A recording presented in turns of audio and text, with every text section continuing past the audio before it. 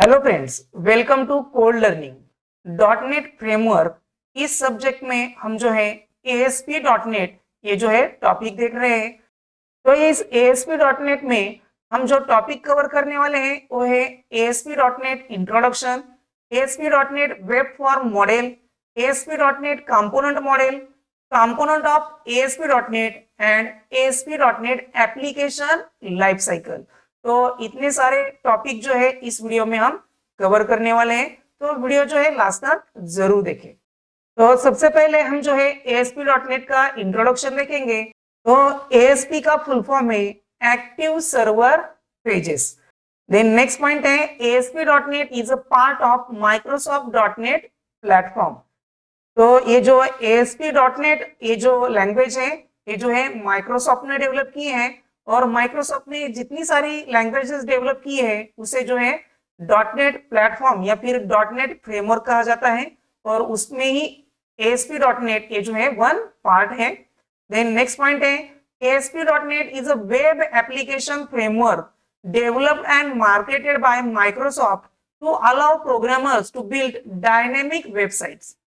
तो ये जो ASP.NET ये जो लैंग्वेज है ये जो है वेब एप्लीकेशन डेवलप करने के लिए यूज की जाती है, और जनरली ये जो ASP.NET है ये जो है डायनेमिक वेबसाइट बनाने के लिए यूज की जाने वाली लैंग्वेज है। नेक्स्ट पॉइंट है ASP.NET is a server side technology used for to build dynamic website and web application. ASP.NET ये जो लैंग्वेज है सर्वर साइड लैंग्वेज है। जो भी हम वेब एप्लीकेशन डेवलप करते हैं उसमें जो भी हम लैंग्वेजेस यूज करते हैं उनके जो है 3 कैटेगरीज होती है: client side language, server side language and database language. तो जो क्लाइंट साइड लैंग्वेजेस होती है जैसे कि HTML है, CSS है, ये जो है क्लाइंट साइड लैंग्वेज है। देन सर्वर साइड लैंग्वेजेस जो है ASP.NET है, PHP है, ये जो है सर्वर साइड लैंग्वेज है। और डेटाबेस के लिए हम जो है SQL लैंग्वेज का यूज करते हैं, और डेटाबेस के लिए हम जो है SQL लैंग्वेज का यूज करते हैं। और SQL लैंग्वेज के जो एप्लीकेशन है वो बहुत सारे हैं, जैसे कि ओरेकल है जो माइक्रोसॉफ्ट का है, उसके बाद SQL सर्वर है, MySQL है, और जो माइक्रोसॉफ्ट एक्सेस है उसका भी हम यूज कर सकते हैं। देन नेक्स्ट हम देखने वाले हैं ASP.NET web form model. The browser submit web form to the web server and server return full markup page or HTML page in response। जैसे कि आप सभी जानते हैं जो भी हम वेब एप्लीकेशन बिल्ड करते हैं उसमें जो है क्लाइंट रिक्वेस्ट करता है सर्वर से, और सर्वर जो है रिस्पॉन्स देता है क्लाइंट को। तो यहाँ पर जो है रिक्वेस्ट करने के लिए जो भी क्लाइंट होता है वो ब्राउजर से रिक्वेस्ट करता है, और यहाँ पर ब्राउजर से जो भी रिक्वेस्ट जो है वेब फॉर्म के जरिए जो सर्वर को सबमिट किए है उसके लिए जो भी रिस्पॉन्स है वो सर्वर रेडी करेगा, और उस रिस्पॉन्स को जो है ब्राउजर पर डिस्प्ले करेगा। जो भी ब्राउजर पर डिस्प्ले होता है जनरली वो जो है HTML पेज होता है। देन नेक्स्ट पॉइंट है now HTTP is the stateless protocol. ASP.NET framework helps in storing the information regarding the state of the application which consists of। तो यहाँ पर जो HTTP प्रोटोकॉल है, HTTP for hypertext transfer protocol, तो ये जो है स्टेटलेस प्रोटोकॉल है। तो अगर हम यहाँ पर ASP.NET फ्रेमवर्क यूज करेंगे तो जो भी एप्लीकेशन की स्टेट है उसकी इंफॉर्मेशन जो है हम स्टोर कर सकते हैं। तो कैसे कर सकते हैं?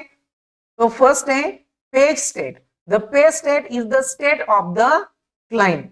जो भी रिक्वेस्ट क्लाइंट करेगा पेज की तो उस पेज की जो स्टेट है उसकी इंफॉर्मेशन स्टोर की जा सकती है। नेक्स्ट है session state. The session state is the collective information obtain from various pages the user visit and work with, that is overall session state. Suppose अभी हमने ब्राउजर स्टार्ट किया तो हमने कितने बजे ब्राउजर स्टार्ट किया था, उसके बाद कौन कौन से साइट को विजिट की है, कौन कौन से पेज जो है हमने एक्सेस किए हैं, तो ये सारी इंफॉर्मेशन जो है सेशन स्टेट में आ जाती है। और जो भी हम पेजेस व्यू करेंगे तो वो सारी इंफॉर्मेशन जो है पेज स्टेट में स्टोर हो जाती है। तो ये सारी इंफॉर्मेशन जो है हम ASP.NET फ्रेमवर्क की हेल्प से स्टोर कर सकते हैं, आइदर पेज स्टेट और सेशन स्टेट। नेक्स्ट हम देखने वाले हैं ASP.NET कंपोनेंट मॉडल। तो इसमें फर्स्ट पॉइंट है the ASP.NET component model provide various building blocks of ASP.NET page basically it is the object model which describe. तो ASP.NET के कंपोनेंट मॉडल में हम जो ASP.NEट का पेज है वो बिल्ड करने के लिए हमें कौन कौन से कंपोनेंट यूज होते हैं वो जो है देखने वाले हैं। तो इसमें सबसे पहले जो है server side counterpart of almost all HTML elements और tags such as forms and input tag. तो इसमें सबसे पहले जो है सर्वर साइड काउंटर पार्ट्स जो है उसमें जो है सभी जो है HTML के टैग्स आते हैं, जैसे कि फॉर्म टैग है, इनपुट टैग है। तो ये सारे जो है HTML के एलिमेंट्स यानी HTML के सारे टैग्स आएंगे। और सेकंड पार्ट जो है server controls which helps in developing complex user interface, for example calendar control, data grid view control। जो नेक्स्ट है सर्वर कंट्रोल, उसमें जो है सर्वर साइड के कंट्रोल जो है हम यूज करने वाले हैं for developing the complex application such as calendar control है, डेटा ग्रिड व्यू कंट्रोल है, इनका भी हम यूज कर सकते हैं for building the ASP.NET page. तो ASP.NET पेज बिल्ड करने के लिए जो कंपोनेंट है, टू टाइप्स के कंपोनेंट हम यूज करने वाले हैं।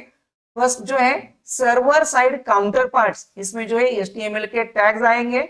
और सेकंड जो है सर्वर कंट्रोल्स, तो इसमें जो है सर्वर साइड के कंट्रोल आएंगे। तो ये जो है ASP.NET का कंपोनेंट मॉडल है। नेक्स्ट हम देखने वाले हैं कंपोनेंट्स ऑफ ASP.NET। अभी जो हमने मॉडल देखा उसमें कौन कौन से कंपोनेंट आते हैं।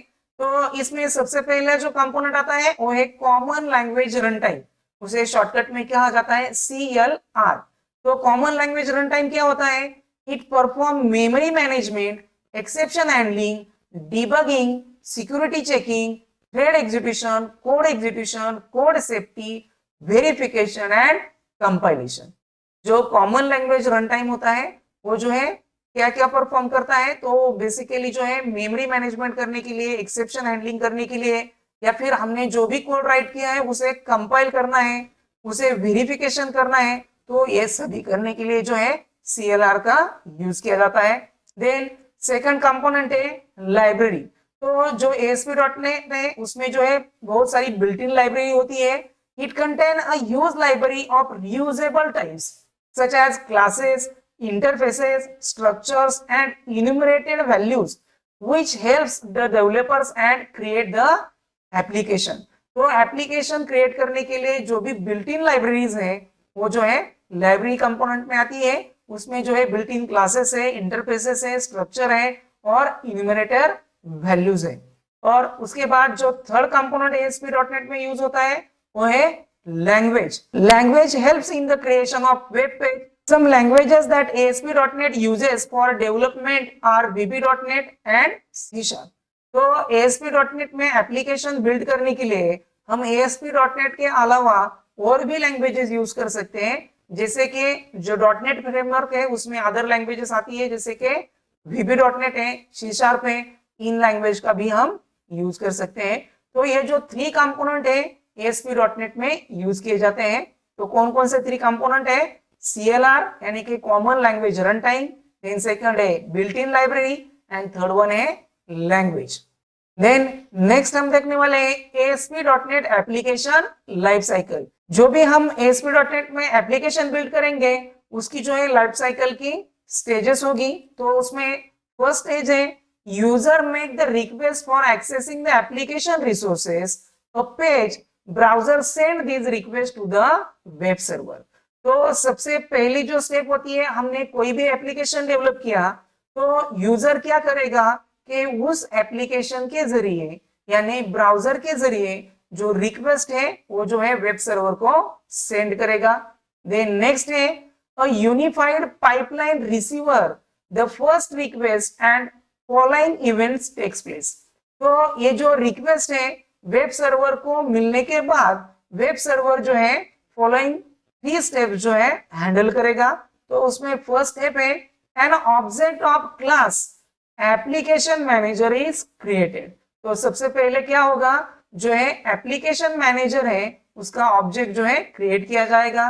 देन सेकंड है एन ऑब्जेक्ट ऑफ क्लास यानी hosting environment is created to provide information regarding the resources. उसके बाद जो भी होस्टिंग इन्वायरमेंट है यानी जो भी हमने वेब एप्लीकेशन बिल्ड किया है वो किसी ना किसी होस्टिंग इन्वायरमेंट पर हमने होस्ट किया होगा। तो जो होस्टिंग इन्वायरमेंट का क्लास है उसका ऑब्जेक्ट क्रिएट किया जाएगा। देन थर्ड स्टेप है top level items in the application are compiled. जो भी एप्लीकेशन है, सर्वर जो भी रिस्पॉन्स सेंड करने वाला है, उसमें जो टॉप लेवल आइटम्स है उन्हें जो है कंपाइल किया जाएगा। तो ये जो है 3 स्टेप जो है वेब सर्वर जो है हैंडल करने वाला है। तो कौन कौन सी 3 स्टेप्स है? फर्स्ट है एप्लीकेशन मैनेजर का ऑब्जेक्ट क्रिएट किया जाएगा, उसके बाद जो है होस्टिंग इन्वायरमेंट का ऑब्जेक्ट क्रिएट किया जाएगा, और जो भी रिस्पॉन्स सेंड होने वाला है उसमें जो टॉप लेवल आइटम्स होंगे उन्हें जो है कंपाइल किया जाएगा। तो ये जो है 3 स्टेप्स हैंडल होगी। देन नेक्स्ट वन है response object are created the application object such as HTTP context, HTTP request and HTTP response are created and initialise.